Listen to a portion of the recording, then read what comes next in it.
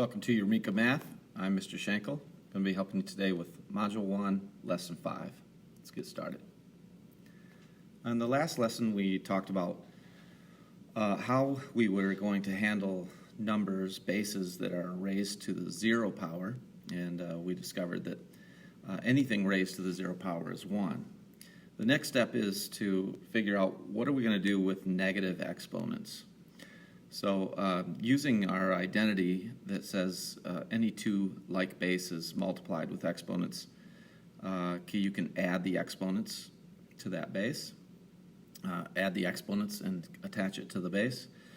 And I want to think about what 3 to the negative 5 would be, and then we'll check it using our identity, our exponential identity. So I think the first thing I think of is, well, maybe it's negative 3 to the 5th so that we can have a positive exponent.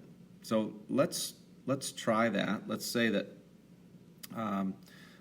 we had x to the m is now 3 to the negative 5, and then we multiply by let's say 3 to the positive 5, and let's see if we actually get this x to the negative 5 plus 5, and see if that works for us.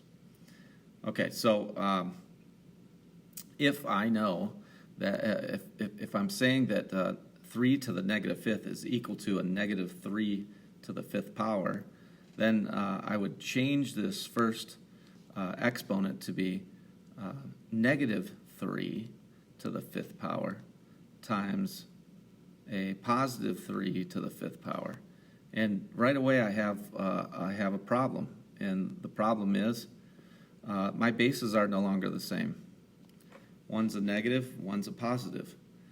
So immediately I see a problem. And then the other question is, even if I ignore that and I say, okay, then this is going to be a 3 or a negative 3, I don't know which one that's going to be, then when I go ahead and add those two, I would get maybe a negative and maybe a positive 3, and then I would get a 5 plus 5 is 10, and I got lots of problems. So it doesn't look like that's going to be able to work. So it's not you can't just take this negative exponent and put it out in front of the base and just make it negative. That isn't going to get it done for us.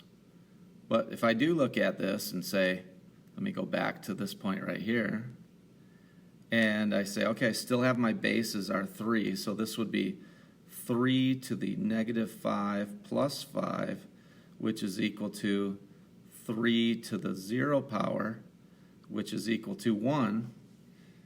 Now I know if I multiply these two together, I get 1. And if you remember from 6th grade, we talked about multiplying by reciprocals. And let's just look at one reciprocal for a second. If we look at the fraction 1/2 and we multiply it by its reciprocal, 2 over 1, then we get 1 times 2 on the numerator is 2, and the denominator is also 2, which is 1. And that works for every fraction. If I had 3/8 and I multiplied by the reciprocal 8/3, I get 24 over 24, which is 1. So it's interesting that if we apply our identity here, that we get the answer of 1. So when I multiply these two numbers together, one with a negative exponent, one with a positive exponent, I get the number 1. So the reciprocal here must be involved in some way. And in fact it is. So let's take a look. If we have a negative exponent, then we can clear that negative exponent by taking the reciprocal and changing the exponent to positive. So let's do an example here for exercise 1. We're going to say that x is 3, so I'm going to say 3 to the negative 5, 3 to the negative 5 is equal to 1 over 3 to the positive 5. Okay, so we're just going to check that and make sure that that is true. So, in fact, if I use this identity, then I can show that that's the case. Well, from what we've been told, any negative exponent would be the reciprocal, so I could write 1 over 3 to the positive 5, and then I can see that they are equal. And then what if the exponent is actually a negative? So it's a negative 5. So let's take a look at that possibility. If there is this is 3 to the negative 5. Okay, and that should be equal to 1 over 3 to the negative 5. Well, let's look at the right side first. And this right side, I have 1 over 3 to the negative 5. And in order to get rid of the negative 5 exponent, I need to take the reciprocal. So then I would get, this would be equal to 1 over 3 to the negative 5. And then if I multiplied by the reciprocal, I would get 3 to the positive 5 over 1. Sorry, this would be a positive after I do the reciprocal. Then I would have a negative as I come back over 1. That's 3 to the negative 5, which is 1 over 3 to the 5th. Okay, and then on the other side I have a negative, and so if I took the reciprocal, I would get 1 over 3 to the 5. All right, let's take a look at exercise 2. And let's put that new idea into use. What's the value of 3 times 10 to the negative 2? Well, I could say that's 3 times 1 over 10 to the positive 2. And then if I multiply fractions, I get 3 over 10 squared. And finally, 10 squared is 100, so 3 100ths. Okay, so again, I'm just taking this negative exponent, writing it as its reciprocal, and changing the exponent to positive. Okay, here's number 3. 3 times 1 over 10 to the positive 5, and that's equal to 3 times 1 is 3, and then I would have 10 to the 5th power, 5 tens multiplied together, so this would give me 100,000. 3 over 100,000, or 3 100,000ths. Okay, let's take a look at exercise 4. And we're going to write the decimal 4.728 in exponential notation.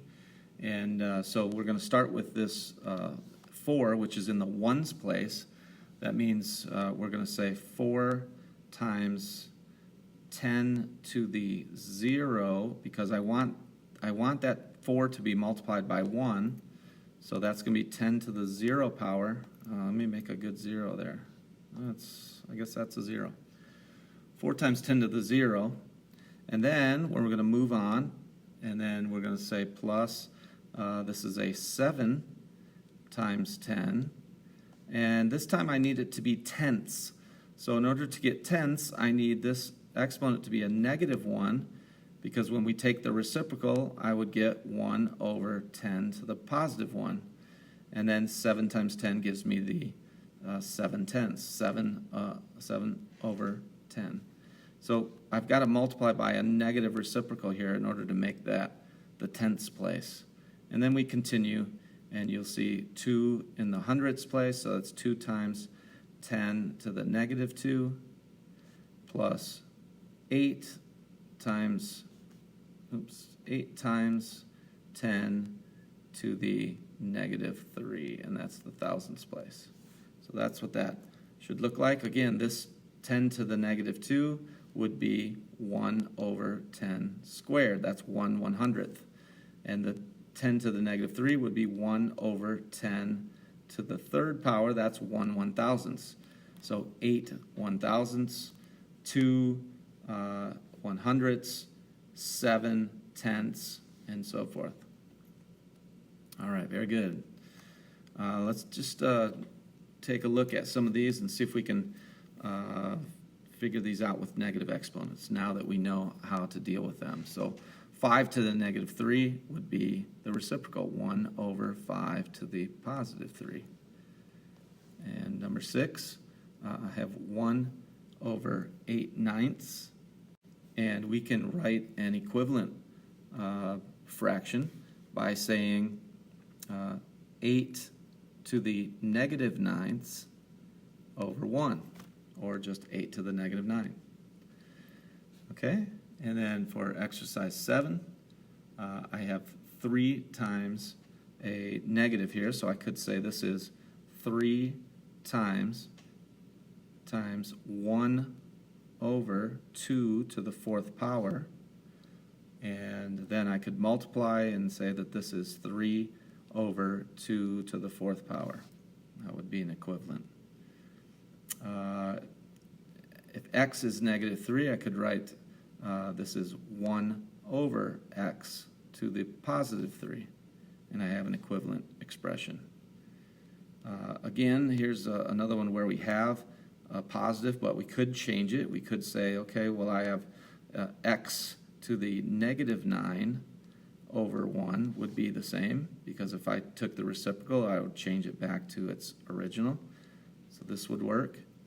And then finally, I have x times 1 over y to the 4th, which would be x over y to the 4th. And we have equivalent expressions for all of those. Okay, so again, if you get a negative exponent, you take the reciprocal and change the exponent to positive. All right, so we remember we have these identities. We've been working on those for a while now. We know that if we multiply two bases that are the same, we can add the exponents. If we raise a power to another exponent, then we can multiply those exponents. And we know that if there are two bases multiplied together, raised to the same exponent, that they both get that exponent. And then from that, we also say, since we know that when you are multiplying, you add the exponents, we claim that if you divide, you subtract the exponents. That has worked for us. And then also, if you raise a fraction to an exponent, both the numerator and the denominator get that exponent.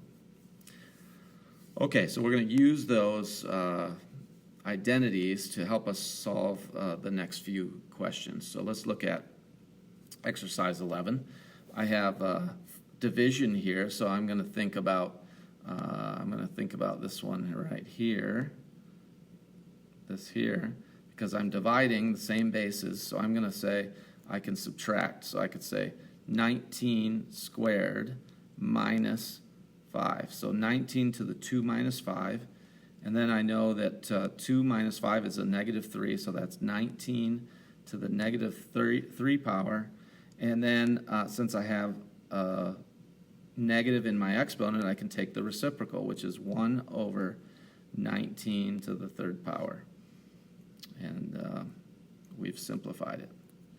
Okay, same thing for exercise 12. I have 17 to the 16 minus a negative 3. So minus a negative 3 means the opposite of negative 3, that's plus. So this becomes plus. So I have 17 to the 19th power. All right, so we're using those integers in the exponent as well. How about 13? So for 13, I've given you the identity that they're talking about, and they're saying if b is a negative 1 and a is any integer and y is any non-zero number, what do you get? Well, let's choose a few numbers. So let's say that the y is 2 and the b is a negative 1, so we have 2 to the negative 1, and then the a could be any integer, so let's just make that a 3 to make this easy. Then what the identity says is that we should get y to the a times b. Well, a is a negative 1 and b is a negative 1, a is a 3. So if we multiply those together, we would get a negative 3. So we should get this y to the negative 3, which is a 2. Let me change that. That's a 2. We should get 2 to the negative 3, which would be 1 over 2 to the third power, and 2 to the third power is 8. So we should get 1/8. 2 to the negative 1 raised to the third power should be 1/8. And if we look at the left side, that's exactly what we would do. In the parentheses, I could say I have the reciprocal of 1 over 2 to the first power. So I have 1 over 2 to the first power, and then inside the parentheses still, and then this is a 3. So when I multiply, I can say that this exponent goes to both the numerator and the denominator. So I get 1 to the third power over 2 to the third power, and 1 to the third power is 1, and 2 to the third power is 8. So we get 1/8 in both cases. So this identity still holds even if we have a negative exponent. Okay, let's go to 14. So 14, we're going to directly prove that 7/5 to the negative 4th is the same as 7 to the negative 4th over 5 to the negative 4th. So we're going to use what we know to make that happen. So the first thing we're going to say is 7/5 to the negative 4th is the same as 7 times 1/5 to the negative 4th. Okay, and that just I just pulled that fraction apart, so it's 7 times 1/5, and that's also to the negative 4th. And then since I can say that I can take any number and use the reciprocal by using a negative exponent, I'm gonna change colors here so you can see where we're changing. So now I'm gonna say I have 7 times, and if I change to the reciprocal of 1/5, which would be 5, now I can say that that is to the negative 1 power, and everything is still raised to the negative 4. So now I have 7 times 5 to the negative 1 is all raised to the negative 4th power. Okay, and then I can say, well, I know that this exponent here can go to each one of these bases. So I have now 7 to the negative 4 times 5 to the negative 1 times negative 4 is a positive 4. So I get 5 to the positive 4. And then let's see, now I have a positive 4. I can change this positive 4 here. I can change that to its reciprocal again to get a negative exponent. So let me change this, because I have 7 to the negative 4, which is what we want here. So I have 7 to the negative 4 already, and then I could change this to this 5 to the 4th to 1 over 5 to the negative 4. And then when I multiply back together, I get 7 to the negative 4 over 5 to the negative 4, and then we have proven We have proven that they are, in fact, equal. Okay, that is lesson 5. Hope that helps. Negative exponents, you take the reciprocal, change the exponent to positive. I'll see you again next time.